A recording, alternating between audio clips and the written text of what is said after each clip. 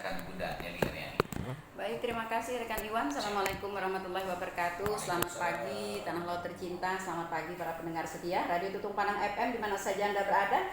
Kembali di kesempatan pagi hari ini program Talkshow Tanah Laut Menyapa kembali menjumpai Anda di edisi Kamis 15 Desember 2022. Dan pagi hari ini kita sudah bersama-sama dengan IPTL, Ikatan Penulis Tanah Laut ya. Telah hadir di Studio 1 Tuntung Pandang FM langsung Ketua IPTL Bapak Rahmadi. Selamat pagi Pak. Selamat pagi. Iya, apa kabar pagi hari ini Pak? Alhamdulillah. Iya, semangat menulis. Semangat. Iya, salam menulis untuk semuanya. Iya. Saudara pendengar, kami ingatkan di awal bahwa kami menunggu suara Anda di 0811 5012 304. Pagi hari ini kita akan berbincang-bincang dalam satu tema tentang membumikan semangat menulis di bumi Tuntung Pandang. Iya, sebagaimana kita ketahui bahwa seiring dengan zaman digitalisasi nah kebiasaan menulis ini sudah mulai agak menipis. Ini supaya SS habisnya ya. Iya, menulis sudah agak menipis ya. Sehingga kadang-kadang juga ada yang malah hilang sama sekali ya. Padahal dulunya adalah seorang yang sangat hobi menulis gitu.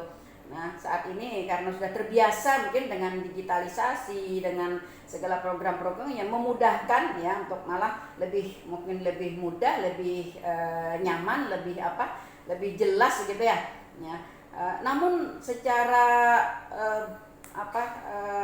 pengetahuan sebenarnya menulis ini perlu sekali kita terus kita terus bumikan, kita terus masyarakatkan karena menulis ini sebenarnya bukan hanya sekedar menulis, tetapi ada makna-makna tersendiri ya ketika kita menulis. Karena ketika kita menulis kita juga akan memacu pikiran kita. Ya karena sambil menulis pasti kita sambil berpikir.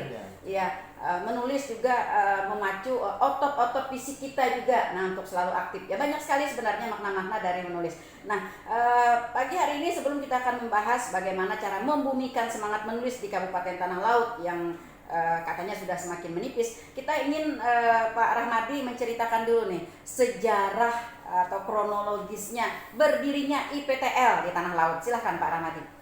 Oke, assalamualaikum warahmatullahi wabarakatuh. Waalaikumsalam warahmatullahi wabarakatuh. Alhamdulillah, wassalatu wassalamu ala rasulillah amma ba'du. Terima kasih kami sampaikan atas nama Ikatan Penulis Tanah Laut yang berikan kesempatan kepada LP Radio Tuntung Pandang FM 102.3 FM ya, yang telah memberikan kesempatan kami. Ini adalah kayaknya siaran yang ketiga rasanya.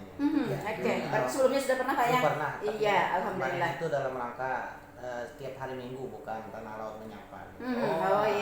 Program rutin berarti kemarinnya. Iya. Eksklusif kemarin. Iya, oke. Perlu saya sampaikan IPTL ini berdiri pada tahun 2020 Bu. 2020. Tepatnya ya pada tanggal 28 Oktober bertepatan Hari Sumpah Pemuda. Oke. Dan alhamdulillah diresmikan di lonceng pada saat itu oleh Dinas Perpustakaan dan Kearsipan Kabupaten Tanah Laut pada tanggal 25 November dalam rangka Hari Guru. Bertepatan kemarin itu bedah buku buku saya dan salah satu pengurus ya buku Ibu Rukaya. Kenapa ini berdiri? Sesungguhnya adalah sebuah komunitas yang menggabungkan beberapa penulis-penulis senior maupun yang pemula gitu. Dan juga tidak menutup kemungkinan adalah menggabungkan beberapa calon-calon penulis.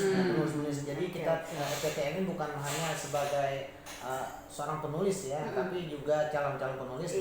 Artinya dia juga mencetak kader. Mencetak kader penulis.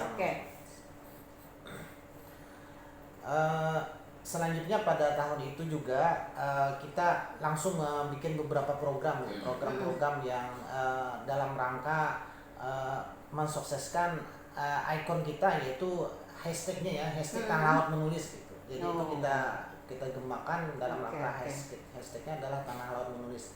Maksudnya apa? Ini dalam rangka juga memberikan semangat kepada kawan-kawan masyarakat khususnya kita kemarin itu berfokus kepada guru dan kepada pelajar untuk menulis ini, dan alhamdulillah dengan cara itu beberapa setelah berdirinya PTL ini kawan-kawan di anggota PTL alhamdulillah juga beberapa kawan sudah menerbitkan buku dan buku baik buku solo maupun buku antologi gitu. Itu Bu. Oke. Kalau boleh tahu anggota dari PTL ini berapa banyak Pak? Sementara kita sekitar 40 Bu. Yang terdaftar 40 orang ya. Oke. Di grup kita karena kita kan pakai grup WA dan terdata itu yang penulis produktif ya sekitar 20 orang ada. 20 orang yang produktif itu. Yang lain kan ikut antologi dan sebagainya. Iya. Sebanyak 40 orang ini dari unsur mana aja Pak? Maksud saya dari guru atau dari mana? Dari kalangan mana begitu? Alhamdulillah kebanyakan dari guru. Tapi juga ada beberapa pegawai negeri sipil di dinas seperti dinas peternakan, kemudian ada juga penyuluh pertanian, kemudian ada juga ibu rumah tangga, mahasiswa dan pelajar juga. Alhamdulillah itu tergabung dalam PTN dan masyarakat luas juga. Artinya komunitas ini berisi orang-orang dari berbagai profesi ya Pak ya. Nah, betul. Iya, dan sebanyak 40 orang ini 20 orang yang produktif. Nah, lalu dalam rangkaian menulis ini ruang lingkup yang ditulis ini Pak. Ini apa aja begitu. Sangat menarik ya. Iya. Perlu saya sampaikan sebelum itu kenapa kita harus menulis ya? Dan menulis pertama adalah bagian daripada kehidupan kita. Betul. Kehidupan kita. Karena siapapun itu harus menulis ya.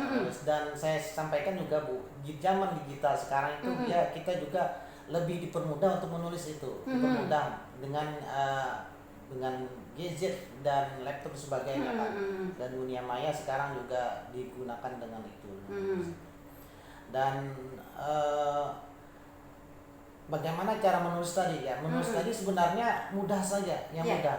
Apapun yang kita lihat, apapun yang kita alami, apapun yang yang kita rasakan, kita renungkan, itu bisa menulis. Nah, menurut saya mengutip dari kakaknya Asma Nadia ya, penulis novelis terkenal di Indonesia, Mbak Helvi. Kata beliau ada 10 paling tidak ada 10 bagaimana kita memulai dan mendapatkan ide menulis.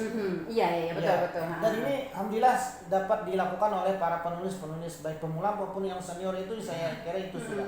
Pertama adalah apa yang kita rasakan. Kita rasakan. Iya. Banyak kita rasakan dingin. Apa yang kita rasakan, ayo kita tulis gitu. Kita tulis ya. Iya. Biasanya kita sakit, itu bisa ditulis Bu. Iya. Kita galau gitu. Galau kita tulis. Iya. Kita bahagia kita tulis, kita rasakan. Bahagia juga. Iya. Yang kedua, apa yang kita lakukan. Nah, misalnya Ibu sebagai penyiar, itu bisa ditulis Bu. Ditulis menjadi sebuah tulisan. Tulisan yang menginspirasi pembaca. Betul. Saya sebagai guru itu banyak yang saya tulis. Banyak sebenarnya pengalaman-pengalaman dari hari-hari kita gitu. Yang kita lakukan itu. Kemudian apa yang terjadi misalnya sekarang. Nah, ini mungkin Piala Dunia Qatar 2002. Itu bisa kita tulis itu. Kekalahan Maroko terhadap bahkan juga apa yang terjadi di sekitar kita. Sekitar kita misalnya ada pohon tumbang, ada angin ribut misalnya kita bisa. Iya, betul sekali ya. Oke. Ya. Dan banyak lagi Bu, ada 10 mungkin itu. Ya. Nah, sebenarnya kalau Pak merujuk kepada apa yang disampaikan oleh Pak Rahmadi tadi, memang banyak sekali sebenarnya hal-hal yang bisa kita tulis. Nah, bisa kita tulis. Hanya saja nih Pak, begini, bakat orang kan beda-beda nih. Sebenarnya ada orang yang memang berbakat menulis tapi tidak berbicara gitu ya. Jadi dia menulis bagus dia. Tapi ada sebagian kita ya yang sebenarnya pengen tapi susah untuk menulis begitu, harus apa begitu. Nah mungkin Mulai dari mana? iya mungkin ada rumusnya nih Pak, kita menulis nih mulai mana. Kadang-kadang kan bisa iya ada rumusnya nih kita menulis supaya tulisan kita itu memang benar-benar istilahnya tertata ya, kronologis begitu ya, sehingga tidak simpang siur begitu. Nah A ke Z. iya bagaimana